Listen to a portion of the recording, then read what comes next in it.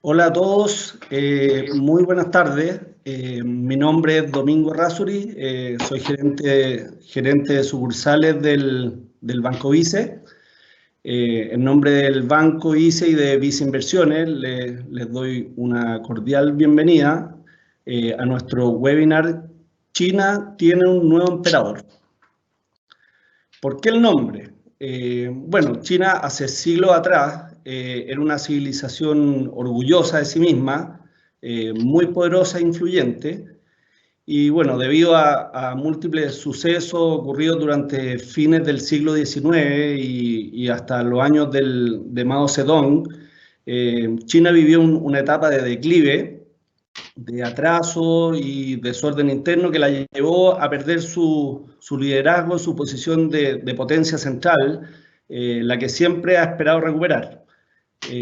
Finalmente lo están logrando, ese minuto pareciera haber llegado.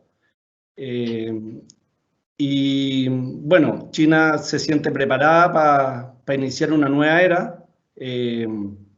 Le son sus propicios hoy en día la situación interna, el contexto internacional, lo que está lo más importante. Bueno, finalmente apareció una figura, un hombre muy fuerte que evoca los tiempos de esplendor cuando un solo hombre concentraba todo el poder. Y de ahí el nombre del seminario, China tiene un nuevo emperador. Eh, bueno, les quiero presentar a nuestra expositora. Nos acompaña Magdalena Guzmán. Magdalena es periodista y magíster en Ciencias Políticas de la Universidad Católica. Esa es su profesión, pero su pasión son la historia, la docencia, los viajes, etc. Y lleva más de 15 años haciendo cursos y charlas de historia y actualidad. Eh, Su fin es poder despertar la inquietud por descubrir y conocer acontecimientos, costumbres, culturas y lugares diferentes. Así que Magdalena también se dedica a hacer clases particulares a quienes viajan a estos lugares exóticos y también organiza hace 3 años grupos y acompaña en viajes grupales a lugares como India, Myanmar, Turquía. Así que va a estar muy entretenida la exposición. Nuevamente le agradezco en nombre del Banco Vice y de Vice Inversiones habernos acompañado. Y bueno, Magdalena, te damos la bienvenida. Antes de darte la palabra, quiero pedirle a todos, por favor, que las preguntas las vayan haciendo por el chat. Eh, al final de la presentación las vamos a revisar y al finalizar también el seminario, el webinar, vamos a proyectar un código QR para que lo puedan escanear y contestar una breve encuesta que para nosotros es muy importante saber su opinión, ver cómo podemos seguir mejorando y seguir haciendo este tipo de eventos. Así que, Magdalena, bienvenida, muchas gracias y te dejo la palabra. Buenas tardes, muchas gracias Domingo. Bueno, ya presentaste por qué se habla de que China tiene este nuevo emperador y efectivamente China siente que los últimos 200 años, y en particular en el fondo desde la caída de las dinastías imperiales hasta Mao Zedong, fue un periodo bastante difícil, turbulento, con poca autoridad. Y además un periodo que China perdió mucho de lo que para ellos era su posición de supremacía y su reino del centro. Puntos que vamos a abordar un poquito más adelante. Pero ellos sienten desde siempre que ese lugar lo van a recuperar. Hoy día, tal como tú decías recién en la introducción, sienten que están las condiciones, tanto internas como del contexto internacional, pero hacía falta obviamente un líder, alguien que pudiera llevar adelante este deseo, este anhelo, esta misión que tienen los chinos. Y finalmente apareció este hombre, Xi Jinping, un hombre con características bastante particulares, con un liderazgo y una visión realmente impresionante. Xi Jinping nació el 15 de junio de 1953 en Beijing y tiene, como les digo, en su historia bastante, como dicen, tiene una trayectoria impecable. Su padre era uno de los 10 fundadores del Partido Comunista Chino. El Partido Comunista Chino se funda en 1921 en Shanghái. Bueno, su padre es uno de los fundadores, va a estar presente en sucesos que son como íconos de la formación de la República Popular China, como la larga marcha adelante, cuando Mao ahí demuestra todo su poder. En esa época, después hay una guerra civil, se instaura la República Popular China, va a haber una guerra después con Japón. En todos estos eventos que son tan importantes para los comunistas, que van a ganar esta guerra y se van a instaurar en el poder, el padre de Xi Jinping va a estar ahí, va a estar en el fondo presente. Y él entonces se le dice como un príncipe, porque es un hijo de uno de estos grandes personajes, tiene en su infancia una educación privilegiada, tiene una red de contacto que lo favorece muchísimo, pero luego va a tener como un quiebre en su vida. Cuando él tiene 13 años, que es 1966, se va a iniciar uno de los periodos más convulsos del último tiempo de la historia de China. Va a ser la época de la revolución cultural.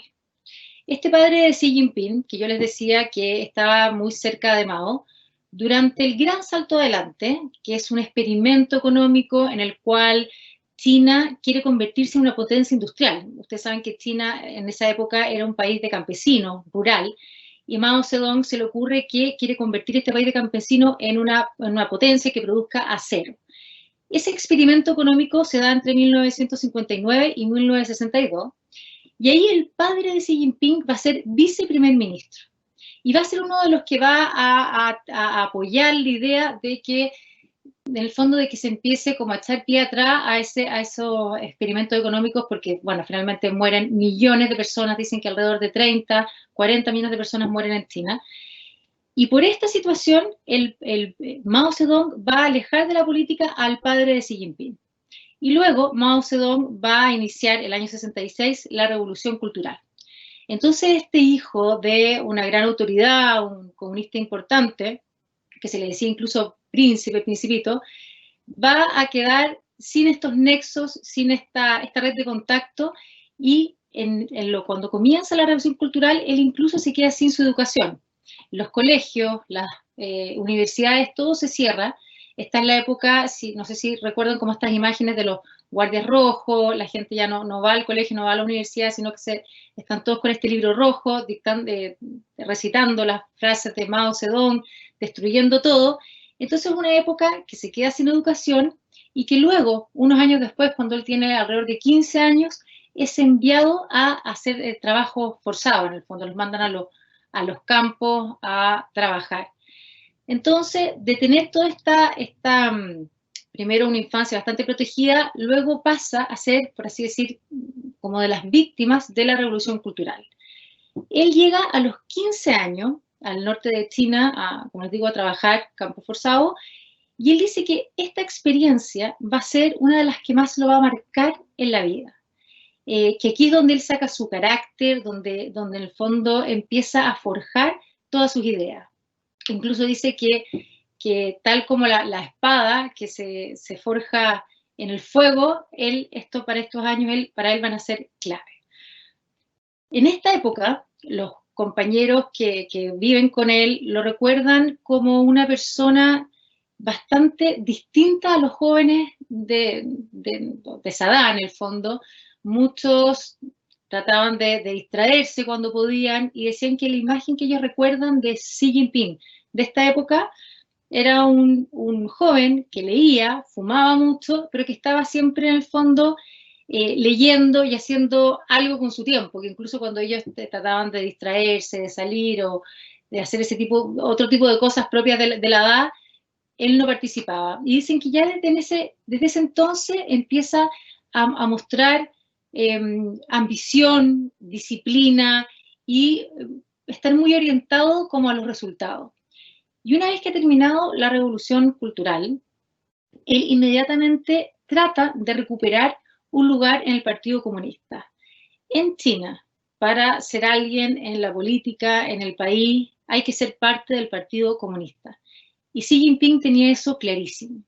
Si bien su padre había sido alejado del poder, a él le va a costar por esa razón volver a incorporarse, pero finalmente lo va a lograr. Y a los 18 años vuelve a ser aceptado y a los 21 empieza en el fondo a incorporarse poco a poco. Ya para los 22 años, un Xi Jinping joven va a empezar de a poco a iniciar una carrera política. Su padre, para esa época, ya había sido rehabilitado. Esto, que suena a veces un poco raro, confuso, era muy normal en China. Sucedía que la época de Mao Zedong es una época muy ideológica, y a algunos de los que de repente mostraban tal vez cierta como competencia, o la verdad es que era cuando podían representar competencia Mao Zedong, se les acusaba de derechista, de antirrevolucionario, y se los apartaba del poder. Y muchos de ellos después vuelven a recuperar sus puestos y sus cargos. Va a ser lo que le va a suceder al padre Xi Jinping, va a ser también lo que le va a suceder a Deng Xiaoping, que es otro líder muy importante. Durante muchos años va a estar alejado y después va a poder recuperar de nuevo su poder. Pero cuando el padre de Xi Jinping recupera su lugar dentro del Partido Comunista, obviamente para Xi Jinping va a ser más fácil acceder nuevamente a privilegios, a conexiones, y ya en esa época va a empezar a armar su red de contactos, su red de conexiones, amparado un poco bajo el paraguas del padre, y aprendiendo a él mismo a establecer todas estas redes de conexiones que son clave en la política de China. Va a poder acceder a la Universidad de Tsinghua, va a estudiar ingeniería química, y luego ahí mismo va a doctorarse en teoría marxista. Bueno, este hombre, Xi Jinping, después de la universidad, va a tener otra experiencia que lo va a favorecer muchísimo. Además de ser hijo de este importante hombre del Partido Comunista, de haber vivido la revolución cultural en carne propia, luego, una vez que ha salido de la universidad y que empieza su carrera política, lo van a enviar al sur, a Fujian, a Zhejiang primero, y el sur es la zona, acuérdense que es la zona que Deng Xiaoping, a partir de finales de la década de los 70, empieza a abrir el mundo. Hasta 1978, China era un país absolutamente cerrado al resto del mundo, que en ese entonces estaba muy atrasado, bastante empobrecido. Deng Xiaoping va a abrir, va a empezar todo un periodo de reformas, de apertura económica. Va a partir en ciudades, no todo China, pero de a poco en distintas ciudades va a empezar a permitir la entrada de capitales extranjeros, inversión directa extranjera, que entre tecnología, capital, y todo esto se va a dar en las provincias del sur. Entonces, en este lugar, que llevaba ya ciertos años de un enorme éxito económico, es donde Xi Jinping va a iniciar su carrera política. Y eso nuevamente le va a jugar en favor, porque hoy día que China es la segunda economía más grande del mundo, una potencia económica, en el fondo a él tiene como la credencial, él puede decir que en sus primeros años de administrador público, a él le tocó estar en el fondo en esos ambientes en que toda la administración y las ideas del Partido Comunista convivían con estos mercados abiertos y con toda esta apertura económica y este ambiente de economía de mercado. Luego de estar en distintos cargos administrativos, políticos en el sur de China, va a ser incorporado en el año 2007 al Politburó. Va a trabajar primero en Shanghái como alcalde de Shanghái, después de que la persona que estaba a cargo de Shanghái es acusado de corrupción. Ahí entra Xi Jinping y al poco andar lo van a nombrar miembro del Politburó del Partido Comunista. Un poco más adelante les voy a mostrar cómo se organiza el Partido Comunista, pero les adelanto que dentro de los distintos escalafones, el Politburó es uno de los más importantes. Del Politburó está el Comité Central del Politburó, y los miembros, quienes forman parte de ese grupo, son los que suelen después tener los cargos políticos más importantes. Entonces, este Xi Jinping, ya bastante joven, está rápidamente ascendiendo en cargos de responsabilidad y también dentro de los privilegiados del Partido Comunista Chino. Ya en esta época se empieza a hablar, se empieza como a vislumbrar que era altamente probable que le empezaran a dar cada vez cargos de mayor responsabilidad política. Aquí ya él empieza en el fondo a ser reconocido como uno de los políticos en ascenso. Y el 2008 le va a llegar una tarea bastante especial, que va a ser como la prueba de fuego, por así decirlo. El año 2008 lo dejan a cargo de toda la coordinación política de los Juegos Olímpicos de China. Y aquí hay que pensar que China, en el fondo, ya lleva ciertos años de esta apertura económica. El año 2008, China ya se está sonando como una economía que viene rápidamente en ascenso. El año 2003 era la sexta a nivel mundial, ya empieza poco a poco a pasar a Francia, a Gran Bretaña, hasta que pasa a Japón y queda segunda, pero este es el minuto en que China está teniendo todo este ascenso económico. Todavía no muestra fuerza, no muestra como manifestaciones como de fuerza, de una diplomacia agresiva. Todavía está, como decía Deng Xiaoping, el ascenso pacífico, pero ya está creciendo a pasos agigantados. Y estos Juegos Olímpicos de Beijing, más allá del evento deportivo, de todo lo que significa, para China tenía un significado muy especial. En este minuto 2008, estos Juegos Olímpicos eran una vitrina. Tenía que salir todo perfecto. Y era una tarea bastante desafiante porque China estaba siendo sumamente cuestionada. Recordemos que el año 2008, por ejemplo, a raíz de todos los problemas que China tenía con el Tíbet, empiezan distintos manifestantes en el Tíbet a quemarse a lo bonzo, a autoinmolarse, empieza toda una serie de campaña a nivel internacional pidiendo que a China se le exija que sea coherente o que respete todos los derechos humanos si quiere liderar cosas como los Juegos Olímpicos, y ahí empieza todo una tensión. O sea, para China estos Juegos Olímpicos va a ser realmente una prueba de fuego, porque está muy cuestionado y, como les digo, es una vitrina. Y a cargo de esta misión, que tenía bastante peso, ponen a Xi Jinping. Xi Jinping hace un excelente trabajo, puede manejar todas estas tensiones. Acuérdense que hay jefes de estados que no van a la inauguración como una medida de protesta, el secretario general de la ONU tampoco quiso ir, o sea, era un ambiente bastante tenso. Xi Jinping sale airioso y después de eso ya que en el fondo queda el camino pavimentado para su rápido ascenso. Ese mismo año, 2008, después de los Juegos Olímpicos, va a ser nombrado vicepresidente de la República Popular China. Y el año 2010 va a ser nombrado vicepresidente de la Comisión Militar Central.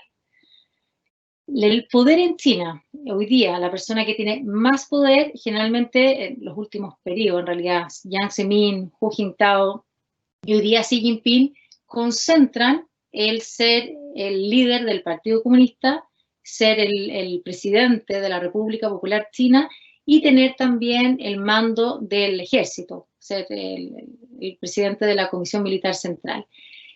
Vemos entonces que Xi Jinping ya es vicepresidente de la República Popular China y ya tiene también un puesto importante dentro de la Comisión Militar Central. Hasta este punto, entonces, Xi Jinping ha mostrado una carrera política impecable. Se empieza, ya desde el periodo que está en Shanghái, él empieza a hacerse la fama, el nombre de que es un implacable luchador contra la corrupción y también que es un eficiente administrador. En esta época, 2010, uno de los grandes temas, uno de los grandes desafíos que tenía China, bueno, varios en realidad, pero uno importante era precisamente el tema de la corrupción. Hoy día ya no hay otros temas que son más importantes que ese, pero en ese minuto se hablaba mucho de la corrupción y que había mucho privilegio dentro del acceso a privilegios dentro del Partido Comunista. Bueno, 2012, él ya figura como unánime líder del Partido Comunista. El 2013 va a ser nombrado presidente de la República Popular China y presidente de la Comisión Militar Central. Aquí les voy a mostrar, en el fondo, cómo es las elecciones de poder. Antes de Xi Jinping estaba Hu Jintao. Los cargos en China, hubo como algo así como un acuerdo, un consenso, después de Mao Zedong, de que iba a haber que iban a ser por 5 años y que iba a haber solamente una reelección. De Mao Zedong va a tener un gobierno, Mao Zedong va a estar entre 1949, que es la instauración de la República Popular China, hasta su muerte, que es el 9 de septiembre de 1976. La época de Mao Zedong, yo creo que todos recuerdan, es una época, como les digo, del gran salto adelante, que mueren millones de personas, revolución cultural, y que él tiene mucha concentración de poder y un gran culto a su persona. Después de todo lo que había pasado en esta época, que es turbulenta, es una época convulsa para China, Deng Xiaoping y los otros líderes del Partido Comunista van a tratar de ordenar un poco el poder para que no vuelvan a haber experiencias de ese tipo. Entonces, en la época de Deng Xiaoping, que va a estar, Deng Xiaoping está desde así como más rostro visible entre el año 78 y su muerte en 1997, durante la época de Deng Xiaoping se ordenan un poco las cosas. Se establece en la Constitución que va a haber solamente un periodo de reelección y que se van a poner mecanismos para que el gobierno sea colegiado y no haya un individualismo, un personaje que, como les digo, acumule tanto poder como había sido el caso de Mao. Entonces, después de Deng Xiaoping, los líderes que siguieron, que fueron Jiang Zemin, Hu Jintao y ahora Xi Jinping, se supone que iban a estar solo 10 años. En el caso de Jiang Zemin y Hu Jintao fue así. Vamos a ver ahora que Xi Jinping va a cambiar la cosa. Pero lo que se estilaba era que en los congresos nacionales del Partido Comunista, que se hacen cada 5 años, se elegía quién iba a ser el presidente del Partido Comunista. Y al año siguiente, en la Asamblea Nacional, ese líder que había sido nombrado como líder máximo del Partido Comunista quedaba como presidente de la República Popular China. La Asamblea Nacional es el equivalente al Poder Legislativo.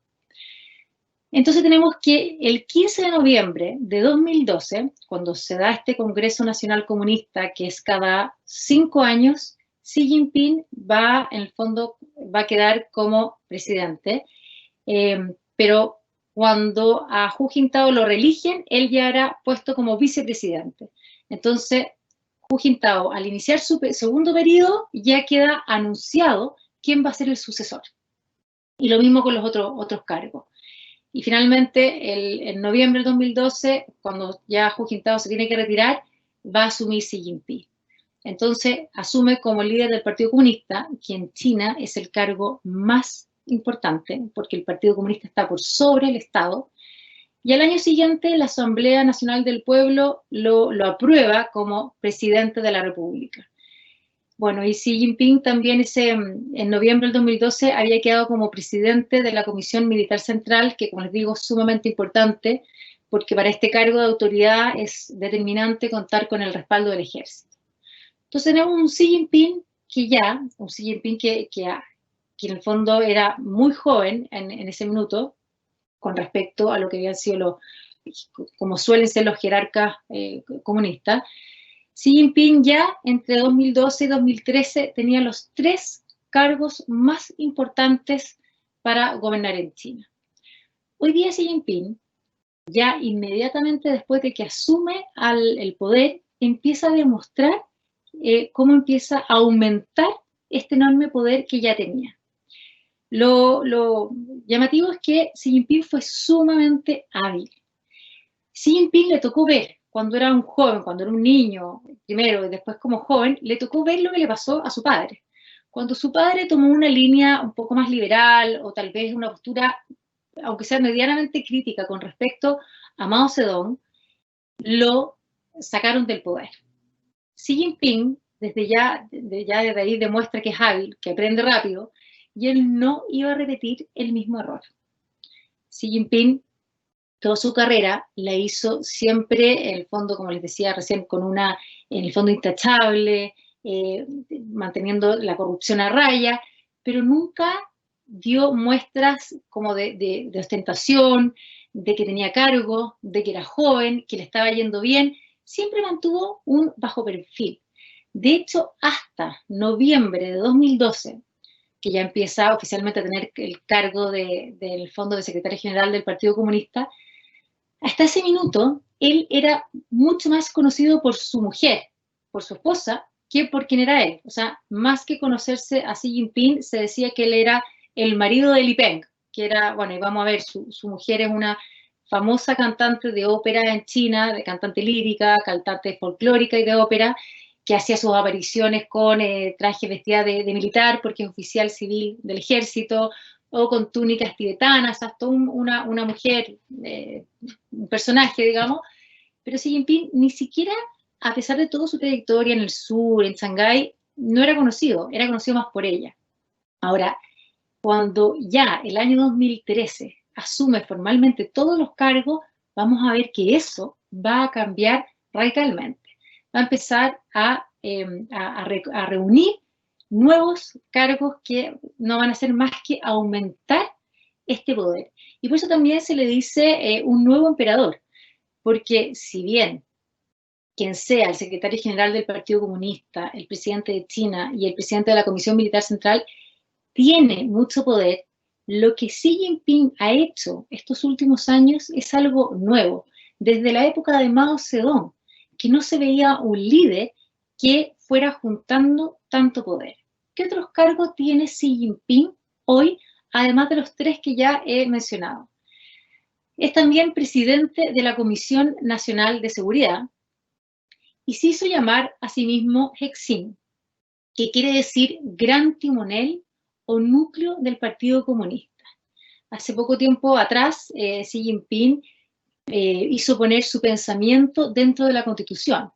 Y eso también muestra en el fondo, la señal que da, es que criticarlo a él equivale un poco a criticar al partido, lo cual constituye un delito. Aquí está lo que les mencionaba hace un minuto atrás, en el fondo, cómo se organiza el Partido Comunista Chino. El Partido Comunista Chino tiene más de 89 millones de miembros. Uno haría pues una comparación pensando, por ejemplo, cuántos habitantes tiene Alemania. Alemania tiene alrededor de 91 millones de personas. Piensen que el equivalente a la población de Alemania son los miembros del Partido Comunista Chino. Y no son cualquier chino. Son los chinos que tienen poder, que juntan todo el poder. Es la élite económica, intelectual, en el fondo los que manejan prácticamente el país. Este Partido Comunista Chino se reúne en sus congresos nacionales cada 5 años y hay un comité central que tiene 376 miembros, de los cuales 25 forman el buró político, o también conocido como Politburó.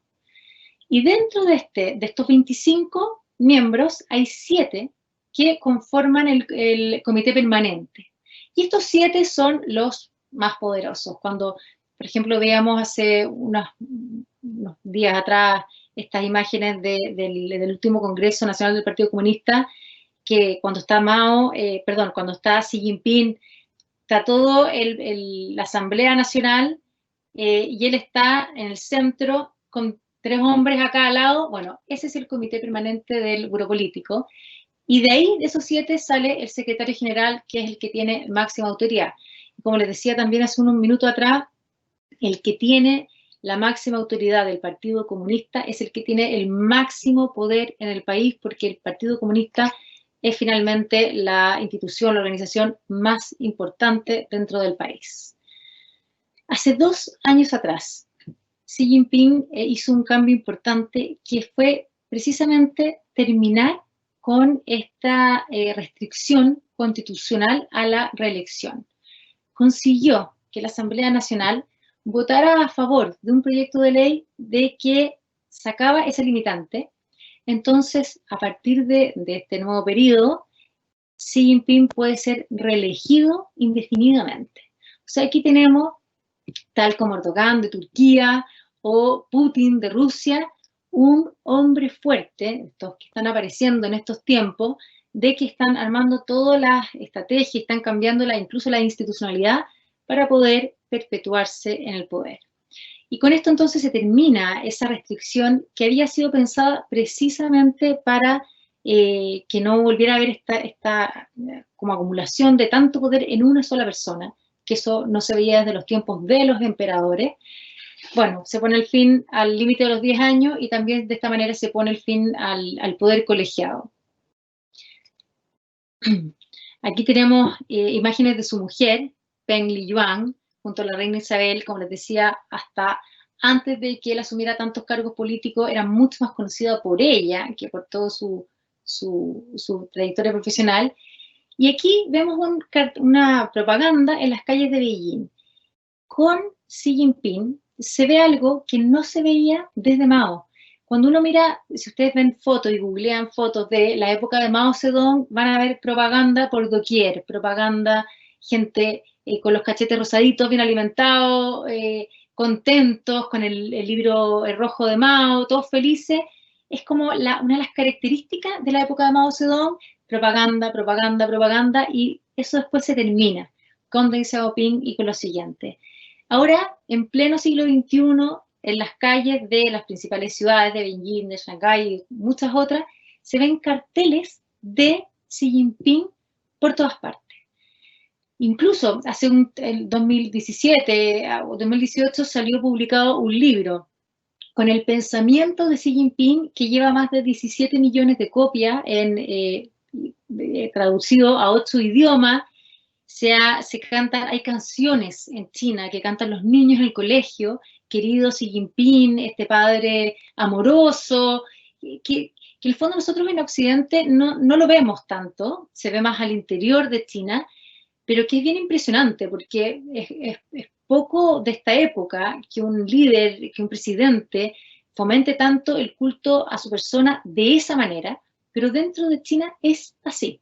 Y lo que se le muestra a los niños en el colegio, a las personas en la calle, el ciudadano de a pie, en el fondo, es esta imagen de este Xi Jinping que, como les decía, tiene toda esta cosa especial. Él dice, yo soy un hijo de comunista, en el fondo nací comunista, tengo con mi legitimidad, mis credenciales probadas, pero además a mí me tocó, dice toda esta propaganda, le tocó estar en la época de la Revolución Cultural trabajando la tierra junto con los campesinos, entonces también aprovecha eso para acercarse y dice, yo entiendo, ustedes cuando trabajan duro y cuando están, yo también he pasado por eso, el lugar en el cual él estuvo durante la Revolución Cultural, que él vivía en una cueva y dormía en un colchón con otros 2 compañeros más, hoy día se ha convertido en un lugar de peregrinaje para los chinos que quieren ir a ver dónde Xi Jinping vivió este periodo de su vida. O sea, el culto a su persona es algo que cuando uno empieza a ver en detalle realmente sorprende a un occidental del siglo XXI, y él fomenta mucho esta imagen, como este líder amoroso que ha pasado por lo que ellos ha pasado, que tiene toda su legitimidad y que en el fondo es un personaje como que los va a proteger y qué sé yo. Bueno, la otra razón que nos ayuda a entender cómo Xi Jinping en tan poco tiempo logró acumular tanto poder, junto con el culto a su persona, es también esta gran campaña anticorrupción que él lideró desde el comienzo. Cuando ya era alcalde en Shanghái, antes cuando estaba recién en realidad partiendo su carrera política, ya él tiene este tema con la corrupción, pero una vez que asume el gobierno, cuando ya es presidente tanto del Partido Comunista Chino como del país, él dice inmediatamente que va a hacer una campaña anticorrupción para terminar con las moscas y los tigres. Los chinos son bien dados a usar estas expresiones. Y con esto él quería decir que no iba a hacer las campañas anticorrupción que habían hecho Jiang Zemin o Hu Jintao, que hacían unas limpiezas como un poco simbólicas. Él va a ser el primer dirigente en un alto puesto que va a anunciar que en el fondo que esta campaña anticorrupción es para todos por igual. Y esto va a quedar demostrado en el año 2015, cuando cae Su Yong-kan. Ese hombre que vemos aquí, que está la imagen en un tribunal con el pelo blanco, canoso, hasta uno busca fotos antes de ese juicio y lo ve con todo su pelo, que no está canoso, envejeció en un par de meses. Él era uno de los hombres más temidos de China. Él era el que controlaba la policía, las fuerzas paramilitares, todo el fondo, toda esta política interna, era uno de los hombres más fuertes, más poderosos, y lo acusan de corrupción. Lo van a llevar a un juicio. Xu Zhongkang va a admitir, va a decir que no tiene nada que decir, que efectivamente asume sus cargos de corrupción.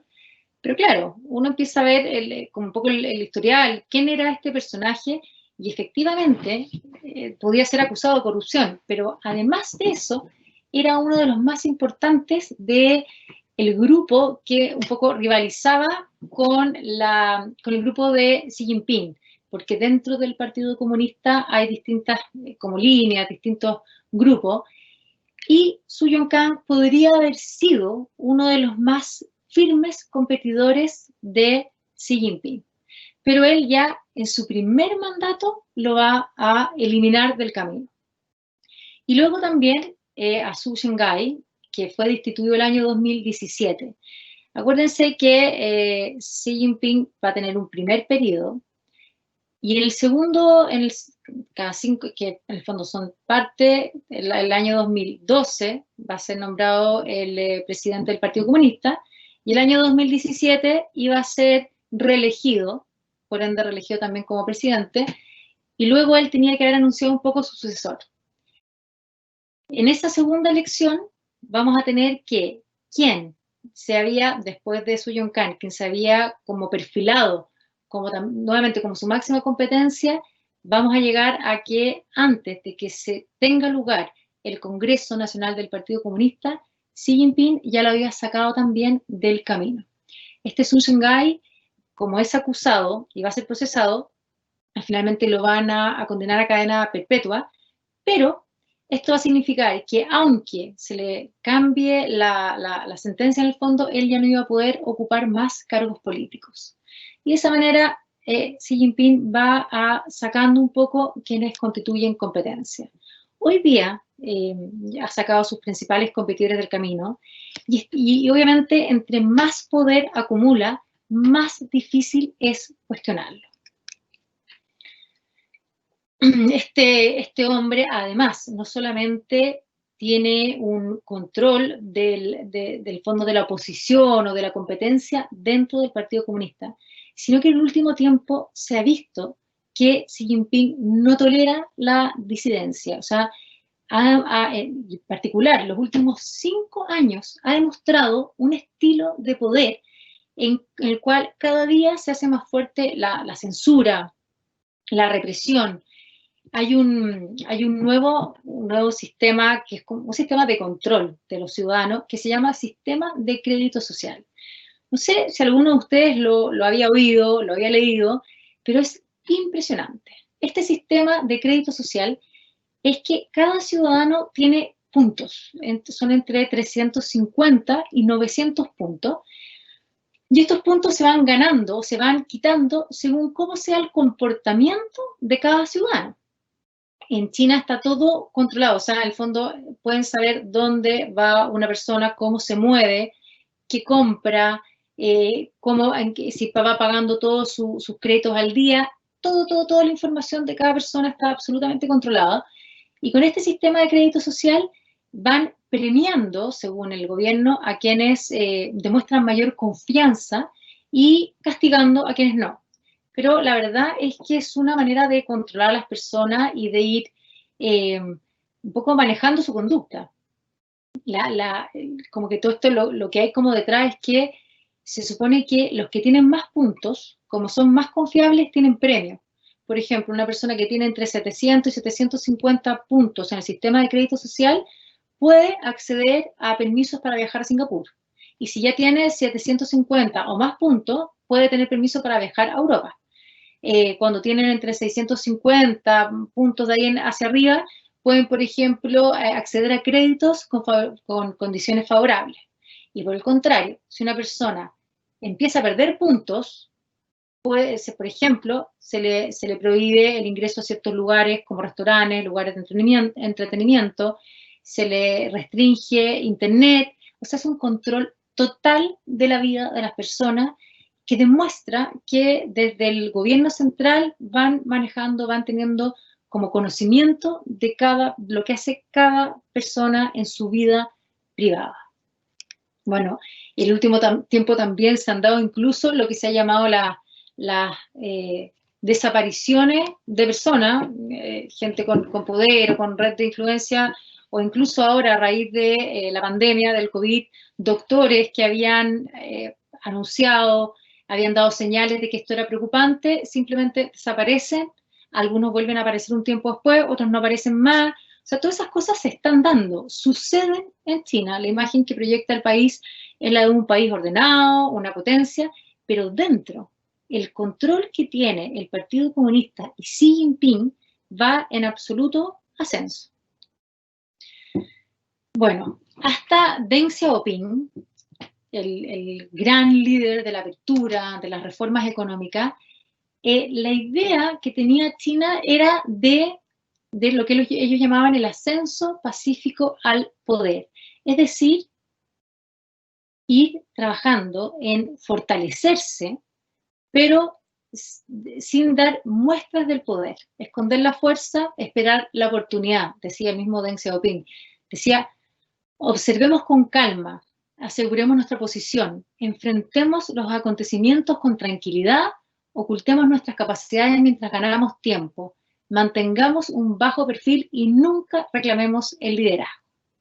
Aquí tenemos esta idea que desde la época de Deng Xiaoping había sido como la filosofía con la cual China se mostraba al resto del mundo, de que iban consolidando su crecimiento económico, consolidando su fuerza militar, pero sin alarmar al resto de los países.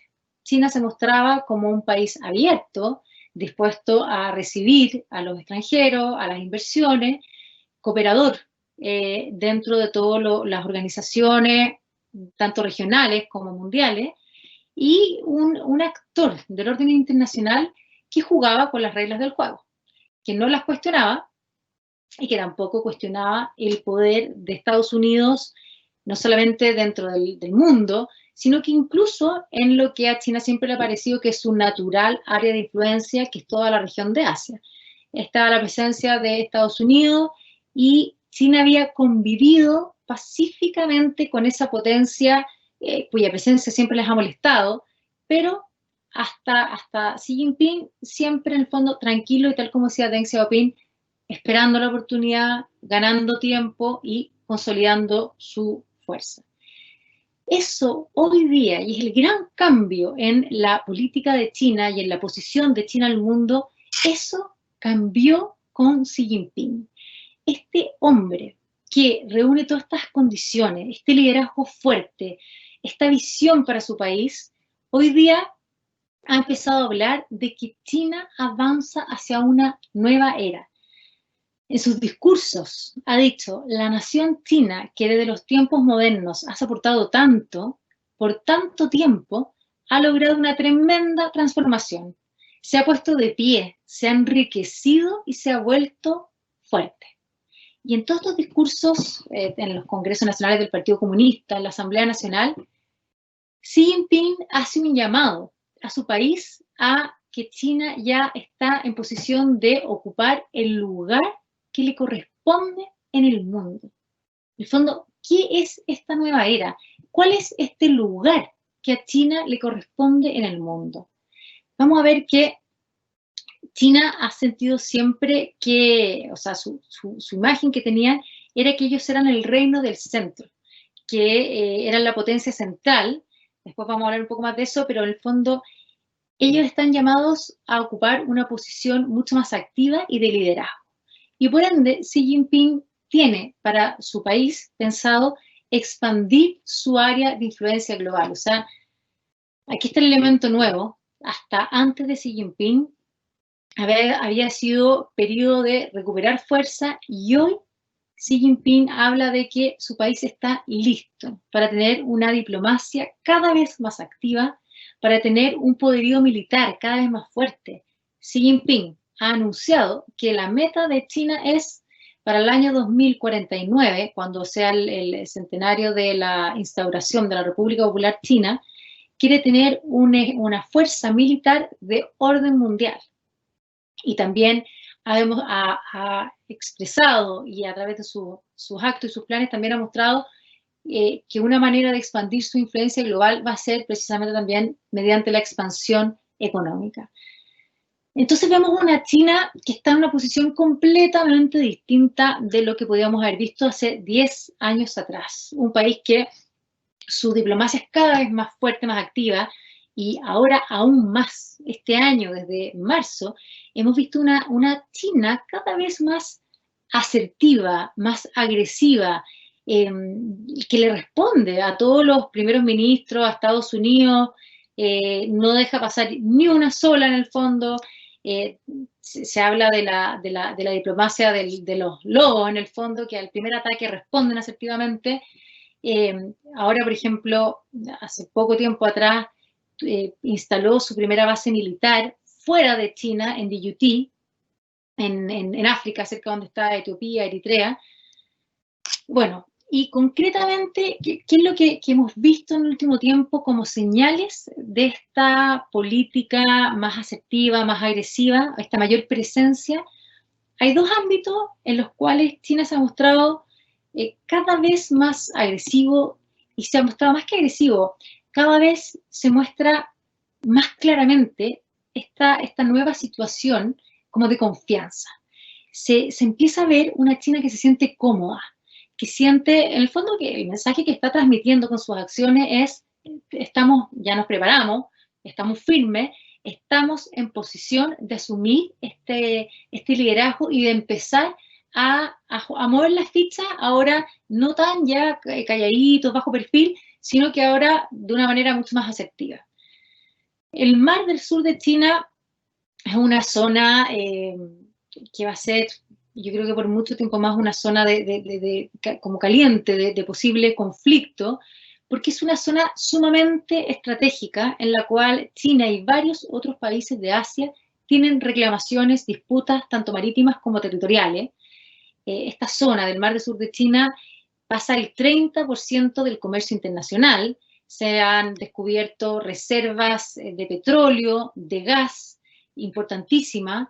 Es una zona con importantes recursos pesqueros. Se estima que alrededor del 10% de los recursos pesqueros del mundo están en esta zona. Y aquí, bueno, como les digo, hay varios países disputando las Islas Paracel, las Islas Spratly, y esta zona hay que entender un antecedente histórico que es importante. El año 1937, Japón sale de la isla y va a invadir Corea, luego China, y el fondo va a ir arrasando. Acuérdense que el año 37 es la masacre de Nankín, que los chinos todavía la recuerdan con horror, que saquearon la ciudad, quemaron, violaron, mataron. En el fondo, la salida de Japón es bastante agresiva.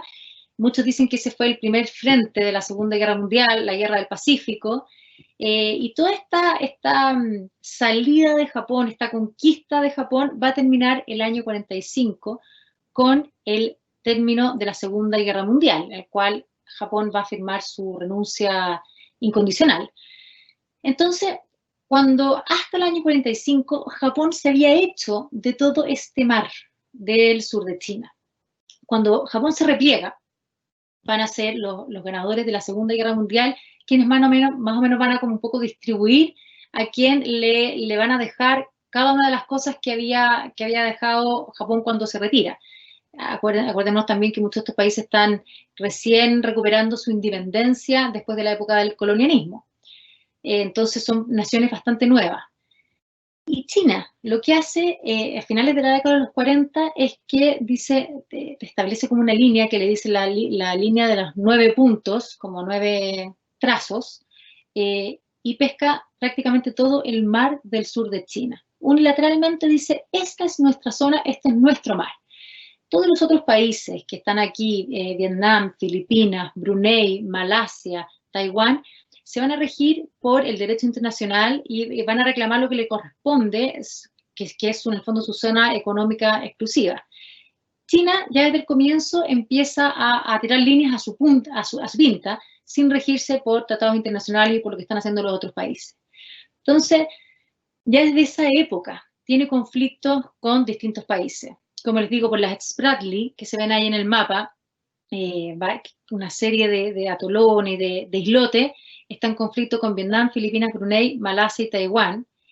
Y ahí vamos a ver que en todas estas pequeños, lo que antes eran simplemente arrecifes o pequeñas islas, con el tiempo China ha ido construyendo islas artificiales.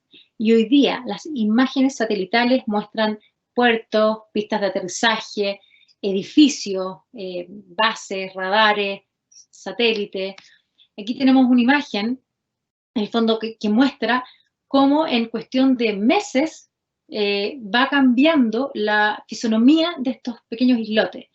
Hay una isla que se llama Fairy Cross Island, que es bien impresionante. Las imágenes satelitales muestran, como les digo, una pista de aterrizaje, que es como lo que se ven todos estos nuevos islotes o islas que ha construido China, pero que se ven las pistas de aterrizaje, se ven los edificios. En esa isla hay 2.000 hombres, tropas, están todos los misiles, se ve todo eso claramente. Lo impresionante, más allá del despliegue militar de China de una manera tan unidireccional en una zona que está disputada, es increíble ver que si uno toma ese mismo lugar y uno la ve, imagen satelital, hace menos de 5 años atrás, eso no existía. O sea, son cosas que China ha construido a punta de llevar barcos con piedras y arena y empezar a construir islas donde antes habían solamente arrecifes. Aquí tenemos una imagen de las Islas Paracel que disputa con Vietnam, que han tenido un conflicto desde la década de los 70, y por ejemplo, en el caso de este conflicto, China en el año 74 se apodera del territorio, y ahora, 2012, fíjense, Xi Jinping está desde el 2012 como, en el fondo como secretario general del Partido Comunista, y en 2012 China va a crear un distrito administrativo, que es el de Sansha, para supervisar el territorio del Mar del Sur. O sea, China está incorporando en su organización territorial ciudades nominales y, en el fondo, para reclamar soberanía sobre zonas disputadas. También están en disputa las islas Scarborough, y con Japón tiene una disputa por estas islas que hoy día están bajo control de Japón, que los japoneses les dicen las Senkaku, y China las llama las Diaoyu. Entonces, en ese mar, que es el mar del sur de China, una zona sumamente estratégica para el comercio internacional y además con enormes recursos de petróleo, gas y pesquero, en el cual hay conflicto, China ya no está con esa postura de mantener el bajo perfil. O sea, en los últimos años demuestra con creces y de manera asertiva cómo va tomando posesión y empieza a reclamar soberanía y está dispuesto ya no a ser el que juega siempre con las reglas del juego. Ahora él está mostrando esta como disposición un poco a saltarse las reglas. La otra gran proyecto de China, que también muestra una visión increíble de Xi Jinping, esta iniciativa de la Franja de la Ruta. Cuando termine la presentación les voy a mostrar un video que está en inglés y en el cual van a ver algunas ideas que les voy a ir mencionando desde ya, pero van a ver que es un proyecto impactante por su alcance. La idea que hay detrás de esto es que China quiere unir China con Asia, con África, a través de una serie de caminos, puertos, oleoductos, nodos de telecomunicaciones. Hay una inversión millonaria, se dice que es 7 veces lo que invirtió Estados Unidos en el Plan Marshall para reconstruir Europa después de la Segunda Guerra Mundial. Los críticos dicen que es una manera en la cual China está buscando instalar su poder en distintos lugares. Los chinos se defienden y dicen que en el fondo lo que están haciendo es llevar desarrollo e infraestructura a naciones que de otra manera no la tendrían. Y vamos a ver, por ejemplo, en el video que les voy a mostrar que, a diferencia de lo que sucede con los préstamos en Occidente, China está dispuesto a conceder préstamos a países con regímenes corruptos, con guerra civil. En el fondo no exige ciertos como requisitos, por ende el que quiera participar puede hacerlo. Y cuando uno empieza a ver en el mapa, uno ve que más allá de la construcción de oleoductos, carreteras y distintas cosas de infraestructura, uno empieza a ver, por ejemplo, lo estratégico que es para China. Miren, aquí, por ejemplo, se ve cómo, esto también lo muestra en el video, por si lo puse acá la foto, el puerto de Gadar, para sacar recursos a través de Pakistán. Si uno ve el mapa, en el fondo, ¿qué está haciendo China? Conecta su costa, su zona sumamente desarrollada, con las provincias del oeste, que están sumamente atrasadas. Entonces conecta con una zona que está más atrasada, levanta esa zona porque está llevando el desarrollo económico hacia allá, se acerca a las naciones de Asia Central, que son, tradicionalmente era como un poco la zona de influencia de Rusia, y además lo más importante es geoestratégicamente hace una movida clave. Va a poder sacar y recibir energía e insumos básicos, o sea, saca sus bienes y recibe cosas que son básicos para seguir creciendo, para seguir con su desarrollo económico, por caminos alternativos al mar del sur de China, que es una zona que en cualquier minuto puede tener un conflicto. Además que, si uno sigue el camino, está el mar del sur de China y después uno pasa por abajo de Asia y hay que pasar el estrecho de Malaca. El estrecho de Malaca, donde China no controla en el fondo, porque no tiene soberanía sobre el estrecho de Malaca. Imagínense que Estados Unidos decidiera apretar ahí, cortando su línea de suministro. En el fondo es un lugar, es una debilidad estratégica de China que, a través de este tan famoso, aclamado iniciativa de la Franja de la Ruta, China está un poco sacando presión de estos talones de Aquiles que tiene. Y aquí vemos cómo puede entrar y salir productos, energía, qué sé yo, por rutas alternativas, saltándose el mar del sur de China, saltándose zonas conflictivas, llegando directamente al Océano Índico. Y así como esa salida va a conectar también con Europa y con distintos puntos del mapa. Como les digo, es una iniciativa de una magnitud, de una visión y de un alcance geoestratégico realmente impresionante, que más allá de poder sacar sus recursos económicos y de mantener su economía andando, que también es una manera de sacar todos los excedentes, las capacidades que tiene, que ya usó en China y que las puede usar afuera, también es una manera de acercarse a los países, de establecer vínculos, lazos económicos y muchas veces lazos de dependencia también. En el video van a ver cómo hay veces que los países no pueden pagarle a los créditos y China les dice: no importa, me pueden pagar de otra manera, podemos extender las concesiones. Entonces, de esa manera China se va, en el fondo, asegurando tener presencia en zonas estratégicas por más tiempo.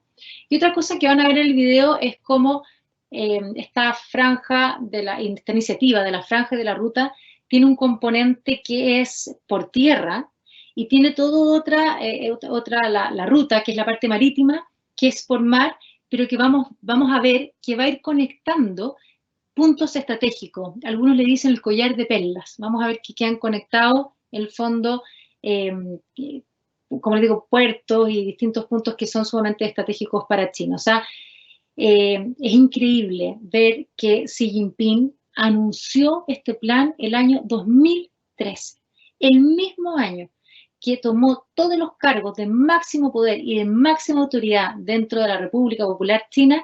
Él ya venía claro cuál iba a ser su camino, cuál iba a ser su meta y cómo iba a ejecutar los planes que tenía para su país. Y aquí vemos este carácter que les puse ahí, Zhongguo, que es un cuadrado con una línea en el centro. Ese carácter es el que usaban los chinos para referirse a sí mismos.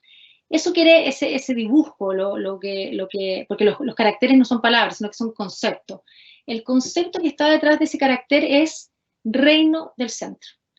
Los chinos creían que el universo era cuadrado ahí está el cuadrado, el universo, y China es el centro, el reino del medio, el poder central, todo lo civilizado, porque todo fuera del cuadrado es lo bárbaro, lo que no tiene civilización. Entonces, China tenía en la antigüedad, en la época imperial, este concepto de que ellos eran el reino del centro y que ese es el lugar que le corresponde en el mundo. Y tal como Domingo nos decía al principio, en la introducción, por diversos episodios que sucedieron en los últimos 200 años de la historia de China, las guerras del opio, todos los tratados que se firmaron después, la época de Mao, distintas cosas, China fue perdiendo esa posición de poder central, pero siempre les quedó que ellos tenían que volver a recuperarlo. Y hoy día, lo que vemos con Xi Jinping, cuando él habla de esta nueva era, es este sentimiento que tienen los chinos de que finalmente llegó este minuto, que es un minuto que ellos siempre han esperado, es un minuto que ellos sienten que le corresponde, pero que tenían que darse las condiciones dentro del país. Y hoy día se encuentran con que están las condiciones dentro del país, porque ya han crecido, se han fortalecido, son la segunda economía más grande del mundo, el país más poblado del mundo, su fuerza militar crece año a año. Vemos también que el contexto internacional le es sumamente favorable. Vemos un Estados Unidos, en el fondo, que está readecuando su rol en el escenario internacional, un Estados Unidos que ha dicho que su prioridad estratégica es America First, primero Estados Unidos, se empieza como a desentender un poco de su rol de liderazgo en el mundo, y en el fondo está domésticamente todo en orden, está el contexto internacional y hoy también está este líder excepcional, este hombre que está preparado para llevar a cabo esta misión de recuperar el lugar en el centro, de recuperar el lugar que ellos, como les digo, sienten que le corresponde. Xi Jinping ha demostrado ser un hombre realmente excepcional. Insisto que para China es muy significativo que este hombre haya aparecido, se haya desenvuelto en el fondo en un momento histórico en que está todo dado. Los chinos siempre sintieron y siempre creyeron que iba a llegar este minuto, pero se pensaba que iba a llegar a mediados del siglo XXI. El tema es que se adelantó todo esto. Ahora, ¿qué significa todo esto para el orden mundial, para el escenario global? Probablemente, sin lugar a duda, el status quo, cómo está organizado, cómo es el patrón de relaciones dentro de Asia y en el mundo también va a cambiar. Tenemos una China que en los últimos 40 años ha experimentado una transformación enorme, su capacidad de influencia, sus capacidades tecnológicas, su economía. Es una China que no es la misma que había a principios de la década de los 80 y que además de haber cambiado ella, su visión del mundo cambió. Lo que quiere para ella, cómo ve el mundo, y esto necesariamente va a implicar una reconfiguración de cómo está el orden, el equilibrio, digamos, en Asia y probablemente cómo va a repercutir cómo esté el resto del mundo. Y aquí la gran piedra de tope para China es Estados Unidos. Estados Unidos ha sido un aliado estratégico clave para la seguridad de muchas naciones asiáticas, particularmente Japón, Corea del Sur, Taiwán, pero China siente que esta presencia es incómoda y que ya es hora un poco de que Estados Unidos se empiece a replegar. Ahora, ¿qué va a pasar? Es la gran pregunta, porque si es que este nuevo orden, que de todas maneras se va a empezar a reconfigurar, si es que se convierte en un nuevo escenario de mayor cooperación, o por el contrario, se convierte en un periodo de inestabilidad, va a depender necesariamente de cada decisión y de cada paso que den las dos grandes potencias del momento, del mundo, que son China y Estados Unidos. Y cada decisión que den, tanto en términos como país, como también, como por separado, como en conjunto. Así que ahí tenemos qué va a suceder con este nuevo escenario internacional, qué va a suceder entre China y Estados Unidos. Es un final completamente abierto, puede pasar de todo en el fondo, porque nuevamente depende de las decisiones que tomen estos dos grandes líderes. Un Xi Jinping que tiene una visión, que es un hombre muy capaz, que tiene mucho poder, y un Donald Trump que hemos visto que tiene conductas sumamente impredecibles y que además este año está en plena campaña electoral de aquí a noviembre, en la cual él busca ser reelegido. Así que, ¿qué va a suceder con China y Estados Unidos? Un final abierto que vamos a estar viendo en los próximos meses, muchas cosas. Bueno, Magdalena, ¿qué te voy a decir? Si tenéis la exposición clarísima. Felicitaciones, muy enriquecedor. Así que tenemos un montón de preguntas muy entretenidas, varias. Voy a tratar de resumirla algunas, hacerlo un poquito más dinámico. Así que, si te parece, partimos, ¿ya? Dale, cuéntame. Vamos. A ver, primero preguntan si el yuan se podría reemplazar al dólar como moneda transaccional y de cambio a nivel internacional. O sea, yo creo que sin duda esa es la gran aspiración de China. Esa sin duda es la gran aspiración de China. Cuando eso finalmente suceda, ya es definitivamente, va a ser la era de China. O sea, yo creo que hoy día China está en posición de ejercer influencia política, diplomática, tiene una economía en ascenso, tiene una fuerza militar, que es la segunda más grande del mundo, todos los años está invirtiendo cada vez más, alrededor entre el 6 y el 7% del Producto Interno Bruto, lo invierte en sus fuerzas armadas, tiene el país más poblado del mundo, tiene una serie de elementos que no tiene ningún otro país que la hacen una potencia, y en términos comerciales, una de las cartas que le faltan es precisamente que los contratos y todo se empiecen a hacer en su yuan, en su moneda.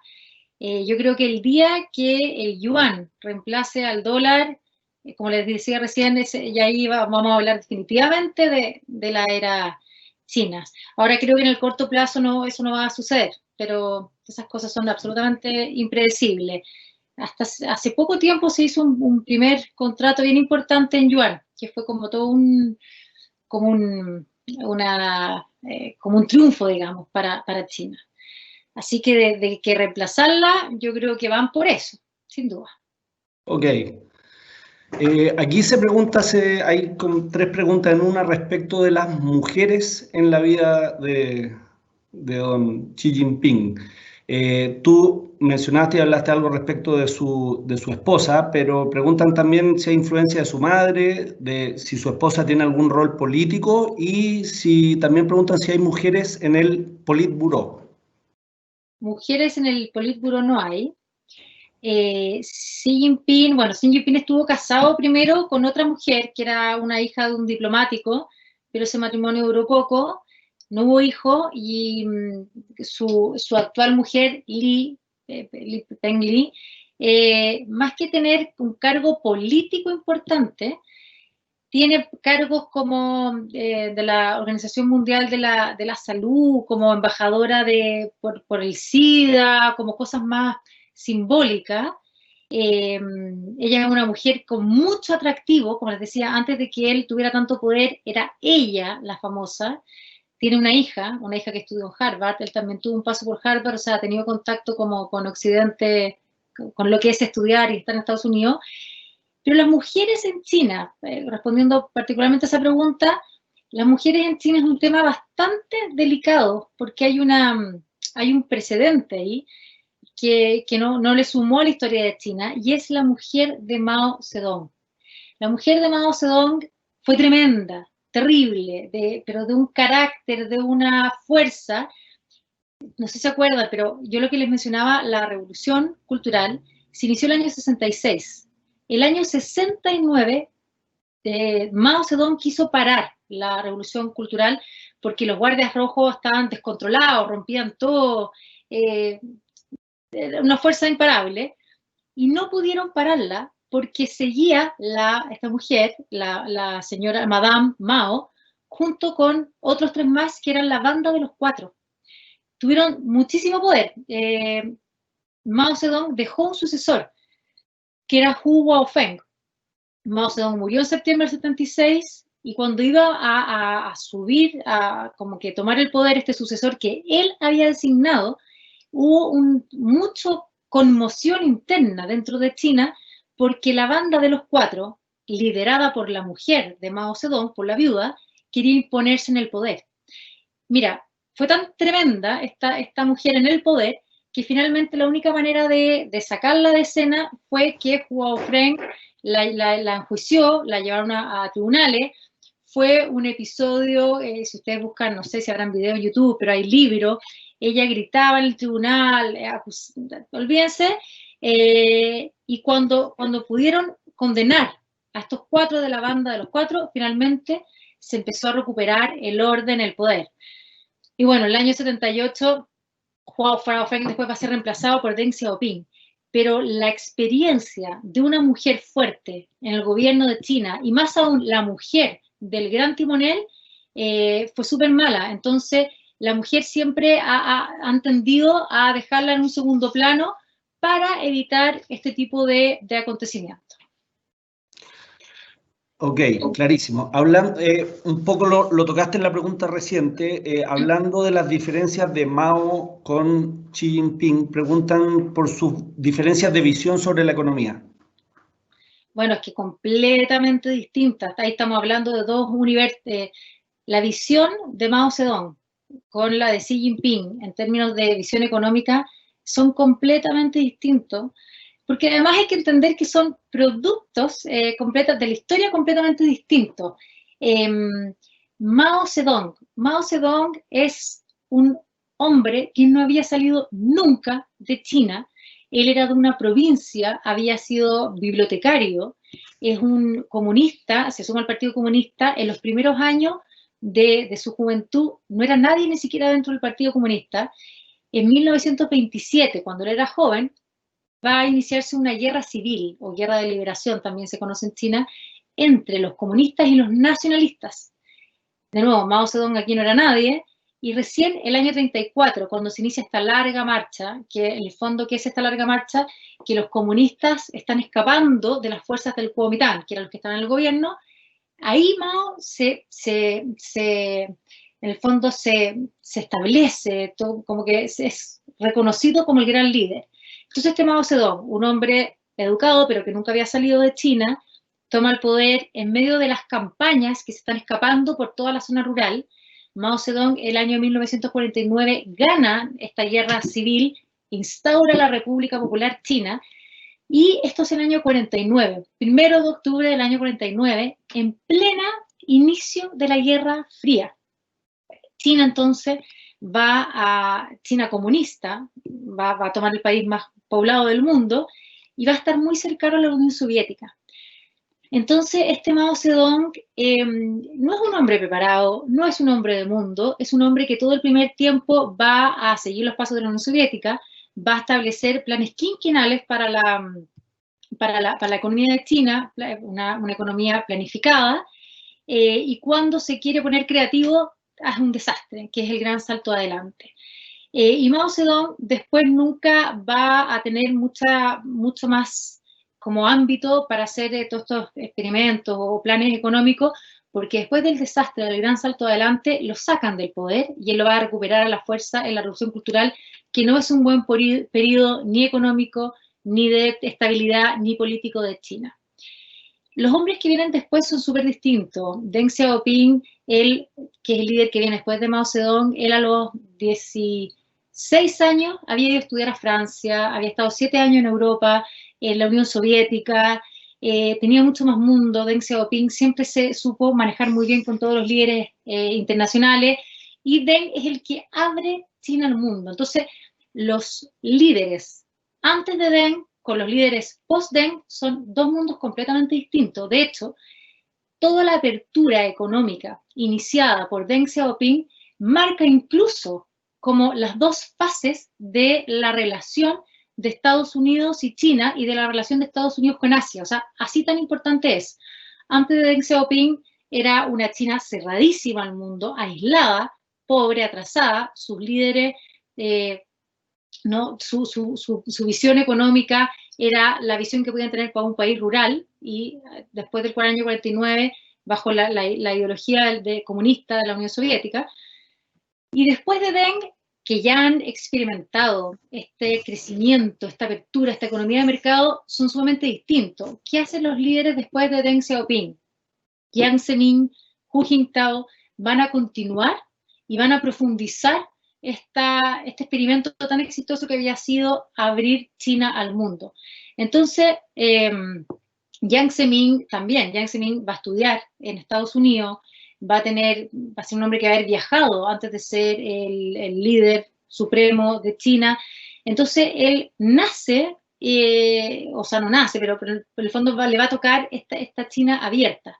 Y es completamente distinto. Xi Jinping siempre va a estar, como les digo, cuando inicie su carrera política en el sur, donde están todas las zonas económicas, va a ser alcalde de Shanghái cuando ya existía la nueva área Pudong-Shanghái. Cuando uno ve Shanghái, hay dos zonas, está Pudong y está Puxi, que es la parte antigua, donde están todos los edificios cuando hubo todas las colonias europeas, y la parte de Pudong es de la década de los 90.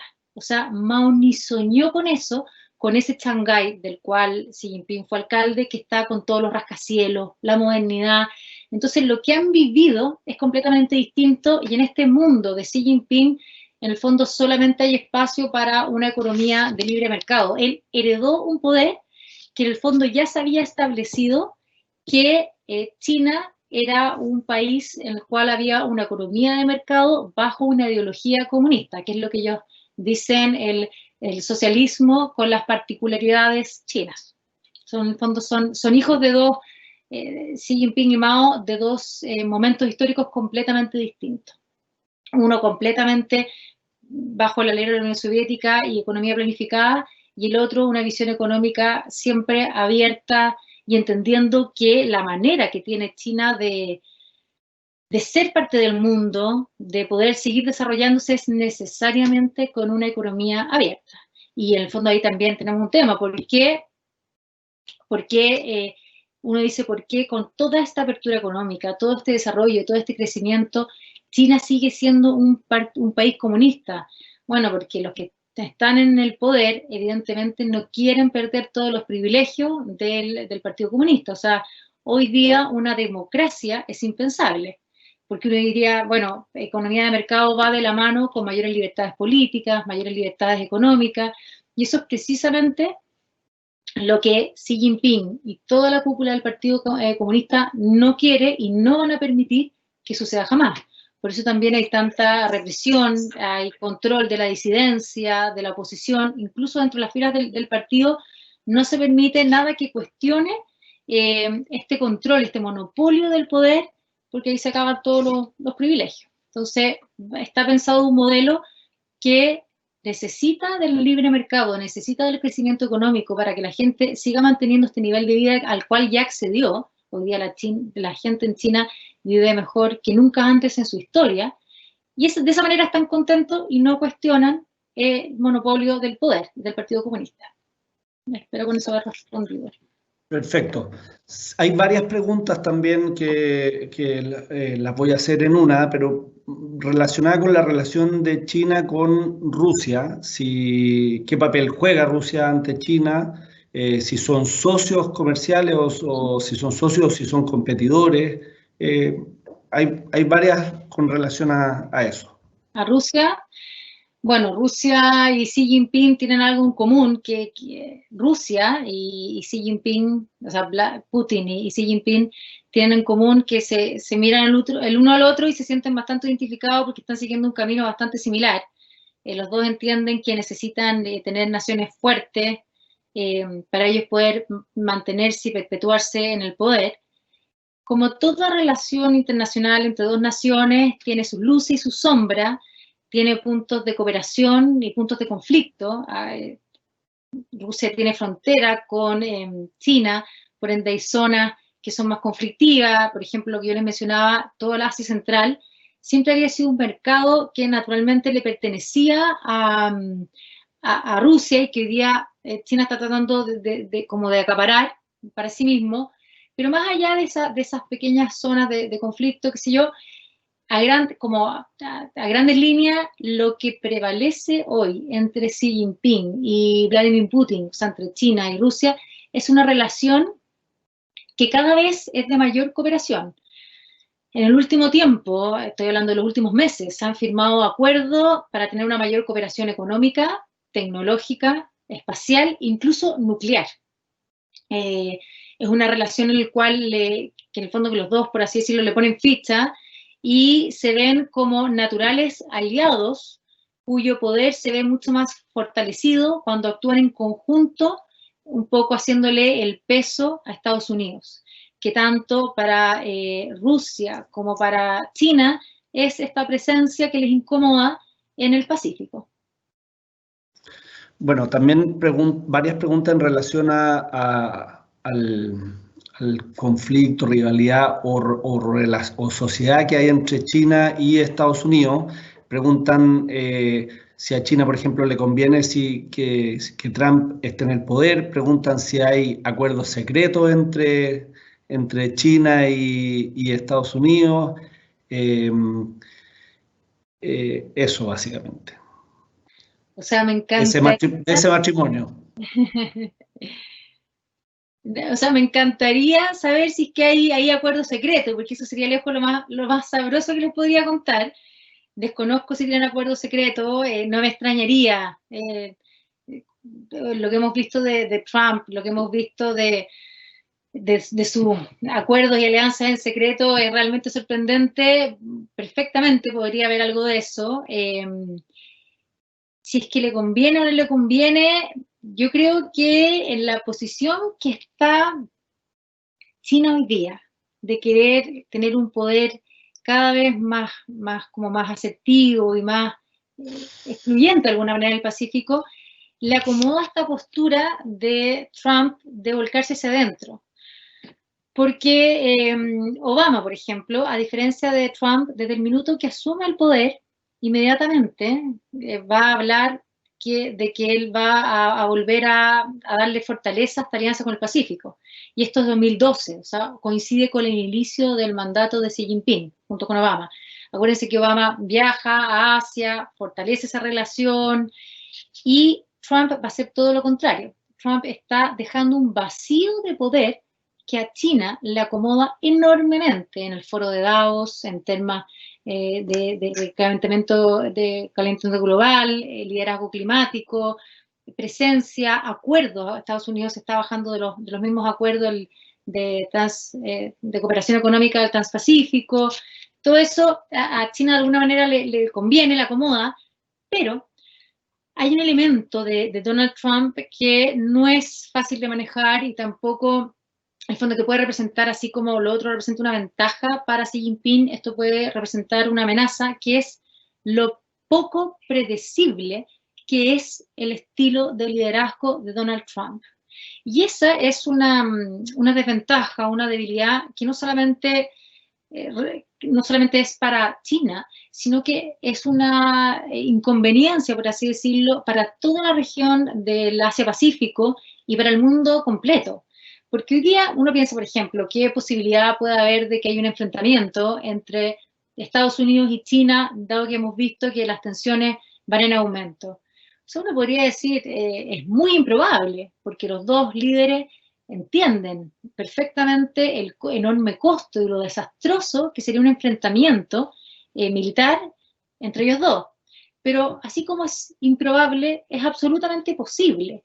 Y no posible porque lo quieran, sino que es posible porque una de las dos partes puede tener como un error de cálculo al juzgar las intenciones del otro.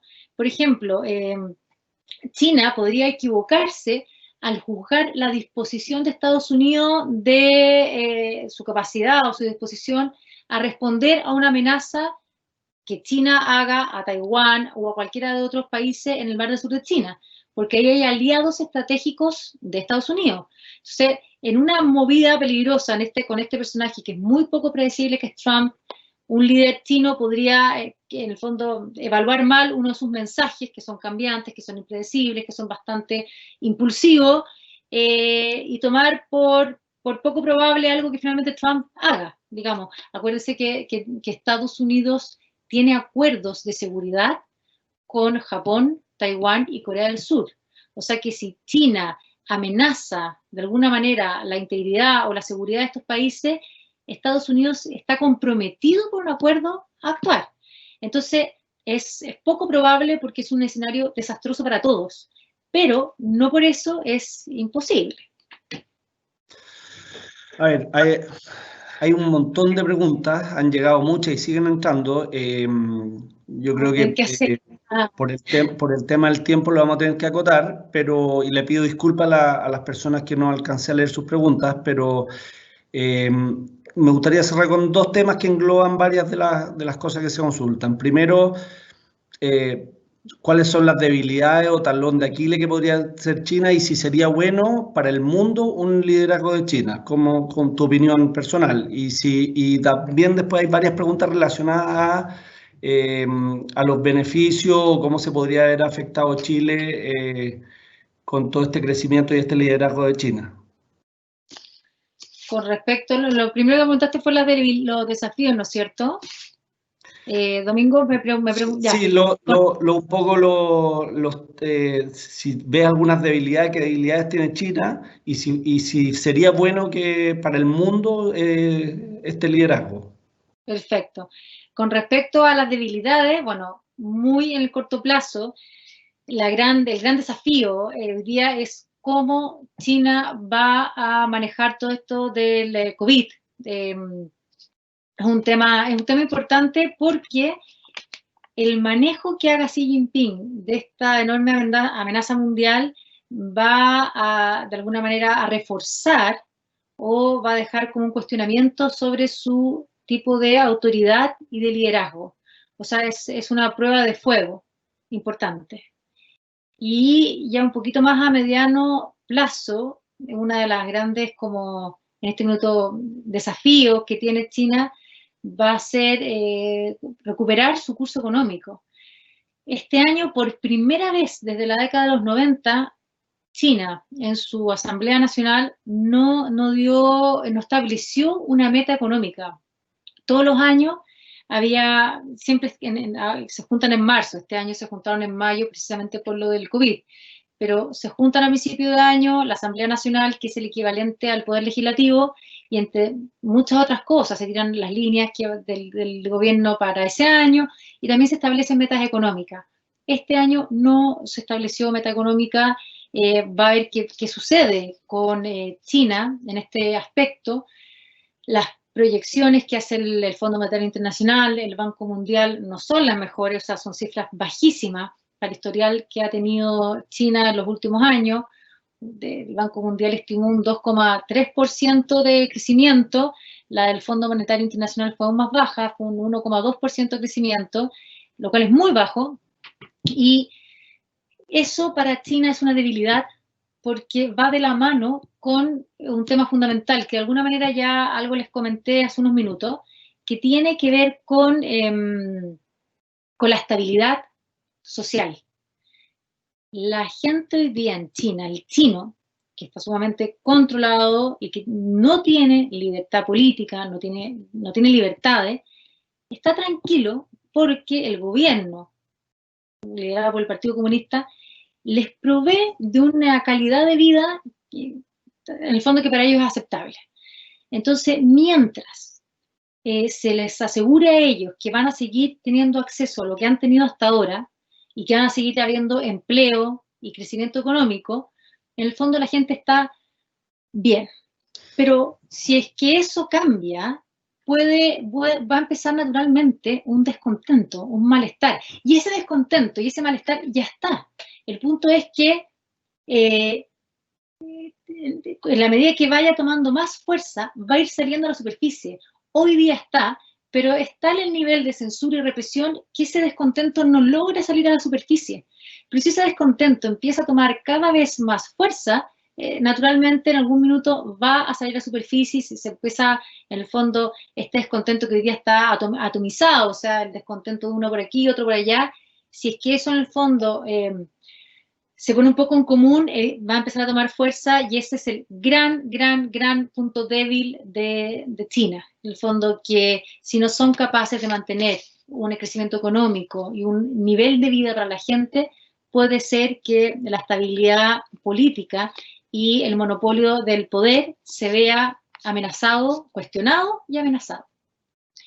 Ahora, con respecto a la pregunta de si yo creo que sería bueno, si sería probable, si era bueno una China liderando el mundo, yo creo que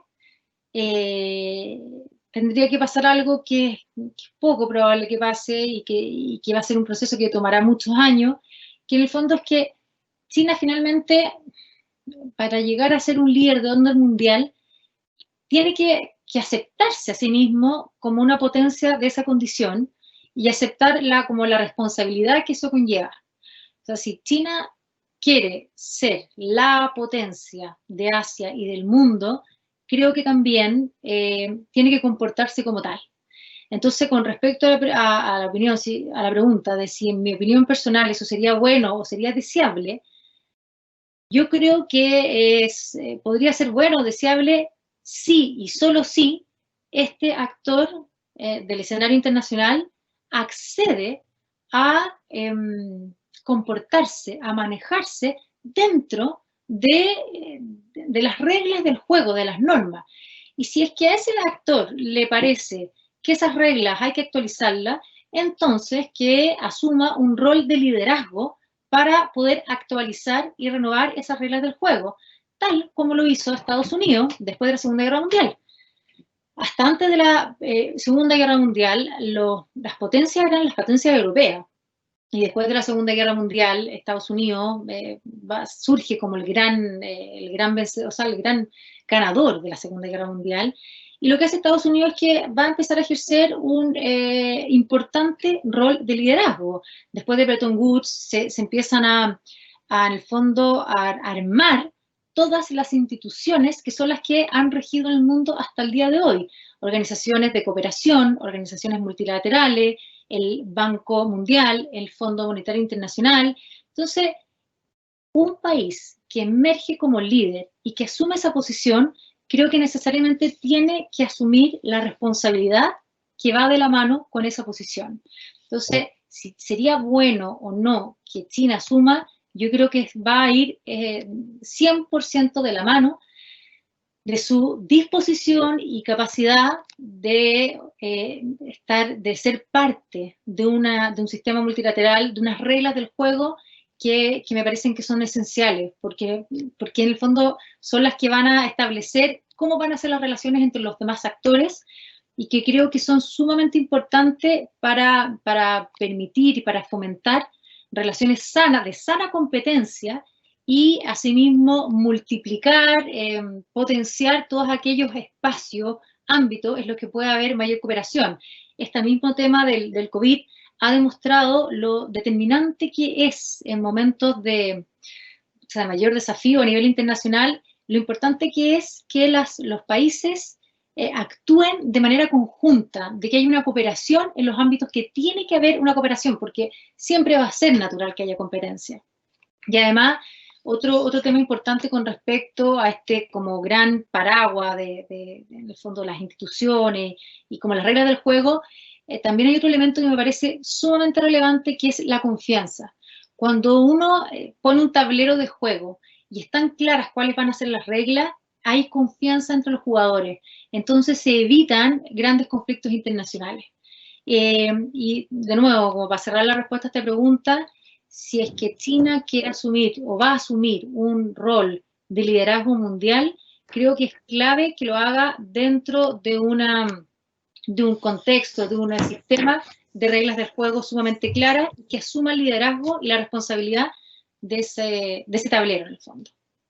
Eso. Perfecto, Magdalena. Y lo último, para cerrar, y ahora sí que no hago más preguntas, a lo mejor después te las podemos enviar todas las que habían, porque hay más de 70 preguntas, pero un poquito sobre la relación de Chile con China, esta dependencia, ¿nos convendría? ¿Cuál es tu visión respecto a nuestro país con China? bueno, Chile siempre ha tenido muy buena relación con China. Fuimos uno de los países, los primeros de América Latina, que estableció relaciones bilaterales y de acuerdos comerciales. Y tal como el resto de los países del mundo, no podemos desmarcarnos. O sea, todo lo que significa la economía china, evidentemente, nos beneficia. O sea, creo que es un actor tan importante, una economía tan importante, el acceso a esos mercados, todo lo que significa una relación comercial con China, o sea, que creo que ni siquiera es como un poco cuestionarse, tal vez, obviamente, a mayor diversidad, mayor tranquilidad, pero es un socio comercial del cual un país del tamaño de Chile no puede prescindir de ninguna manera. Bueno, siendo las 8, casi las 8:15 de la noche, la verdad que se nos pasó el tiempo volando. Estuvo fantástica la exposición, te agradecemos, te felicitamos. En nombre del Banco Vici, de Vici Inversiones, agradecer a todos los asistentes, a los auditores y pedirles por favor, tienen el código QR aquí en la pantalla. Si lo pueden escanear y por favor hacer la encuesta que nos ayudan a mejorar y a ir puliendo detalles para próximos eventos que hagamos. Le pido las disculpas, no pude leer todas las preguntas, pero otras creo que quedaron bastante cubiertas y eso sería. Así que gracias Magdalena y gracias y buenas noches a todos los participantes. Muchas gracias a todos.